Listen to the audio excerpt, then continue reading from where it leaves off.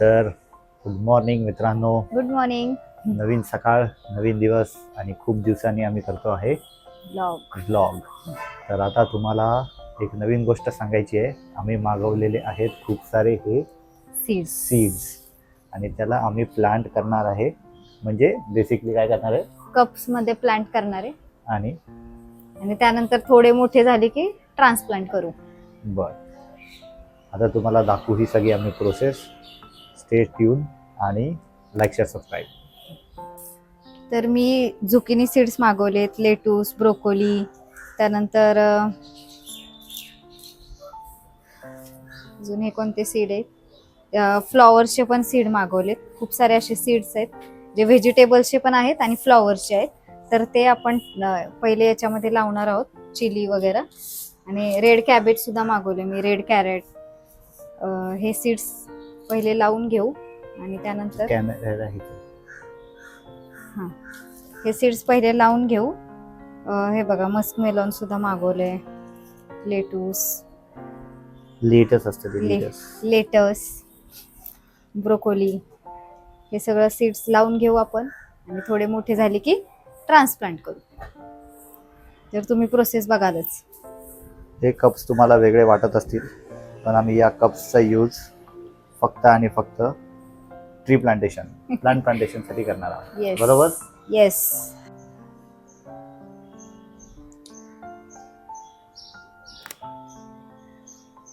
Small holes म्हणजे ह्याच्यावरनं पाणी pass व्हायला पाहिजे.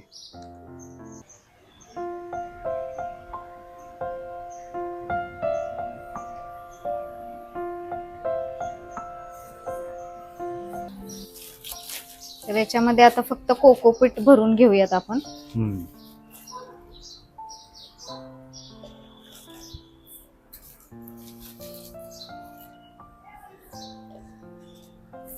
आणि मी छोटे छोटे होल केले जेणेकरून त्याच्यामधून कोकोपीट वाहून जाणार नाही, कारण बऱ्याचपैकी मोठे होल केले की कसं माती वाहून जाते, किंवा म्हणून मी हे फक्त छोटे छोटे होल करून घेतले.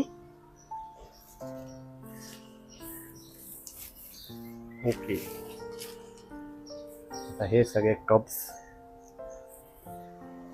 मध्ये माती मोस्टली ही सगळी आहे जी आहे कोकोपीटची माती. बरोबर? कोकोपीटची माती नाही रे, कोकोपीटची माती नाही का? कोकोपीट ओनली, फक्त कोकोपीट. मग ते माती नसते का? माती नसते ती. बर, ठीक आहे. मला विचित्र नाही वाटत आहे काय, गोवाला आली आणि कपडे गोवाचे वाटतायत आणि करते प्लांटिंग. असं थोडी असतं काय, हे कॉटनचा ड्रेस आहे, वापरू शकत नाही का घरी? हो हो.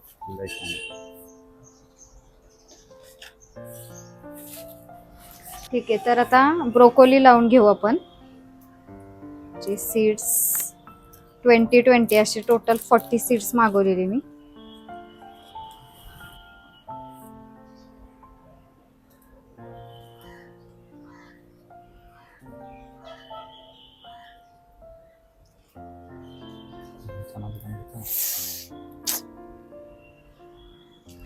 पाडलेले आहेत.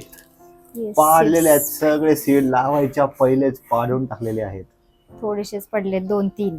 उचल आता. 2-3च पडलेले आहेत सीड. ठीक आहे, तर पहिल्या ह्याच्यामध्ये सीड्स लावून घेऊ. आता हे 20 सीड्स टाकले मी. ते मोठे झाले की मी चेंज करेल. थोडंसं वरतून कोकोपीट टाकते जेणेकरून ते झाकून जातील. Okay, done. This glass is done now. Cheers.